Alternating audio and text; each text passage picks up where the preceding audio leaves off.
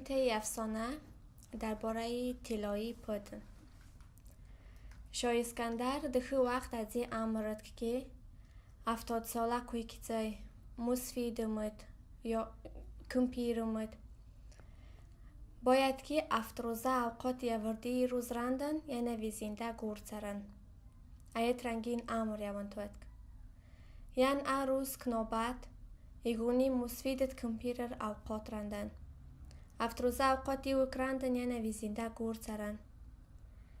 یا ندت وقت ای آیلت ود یا شختتی گور نترن. مشین یوی هیچ کوی سویسیرن خبر نواست. یعنی وقت شاه اسکندر نوزد سایل ترد یعنی لوب آوز ویند دا آوز شخن ای شختت گشه قبلان توید یعنی دا شخ سر ای پدن توید یا پدن تیلایی توید یعنی یا تیلا پدنن یا شلار یوب کدید یا من دیستید که دا آوز ملونگ تیلا یعنی داد وقت شاه اسکندر که یاش وی سر جام یعنی دیخنده ساش نیوایزیف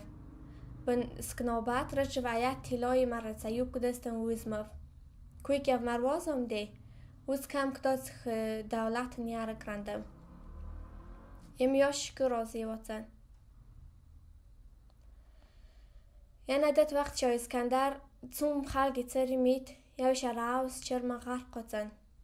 یا یوب غرقلت دوید یعنی ایا اویلش که خطاتی تماشتی تراوی نوبت کرد یوشان رش خطاتر خانن خانتات ساکترنگونن ساکوینی وک نکزرنی آوز غرقلت امتوم خلقش که مرتی انی اوتات خانساش مجگیش سویرف ایا شلاتی تا شخ نرا یوب کدید ایا پدن سایو تیس که شخ سر سایش رشف تا شخ یا ویوز مفتنن یا نوراندف پادشار یا زمانش بختار قصای گیش درن کمانگت خطن درزن ملتیق ده خطن درزن سانن تا شخ یعنی که یا شخ بلندت که وش تا پدن تک نکترن یا نتنبانن تا سر اوش کچن یا دا پدنن دیت یا پدن وزر وی پرد یا شو درزن یوندن یا شاه اسکندر یا راندن یعنی پادشاه ایران است یعنی دیگه دا سوارایت چیز کم نصیب ویتی که سایش دیشتی ایا پدن ریوب کناسته تا شخصه یعنی اوشانن که پرد زیاوی که سکتر کخانن ایت سبابی تو سکر ای چیزی بخشیش سره یعنی اوغا خشتد که اسکندرانز خشین خاند که نو سوار بخشیشم چیز که تخانه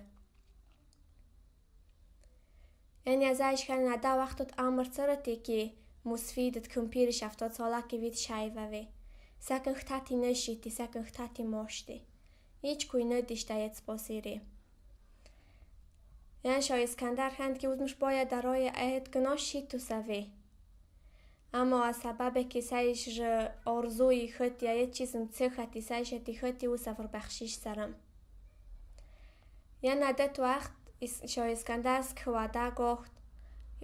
دولتن کم کتای از ورند یعنی اویر سرت رخصت یویش رچن یعنی توم دستان ایت مطلف ند که به پیر مرف که در بیمانی هرچند اسکندری زمانی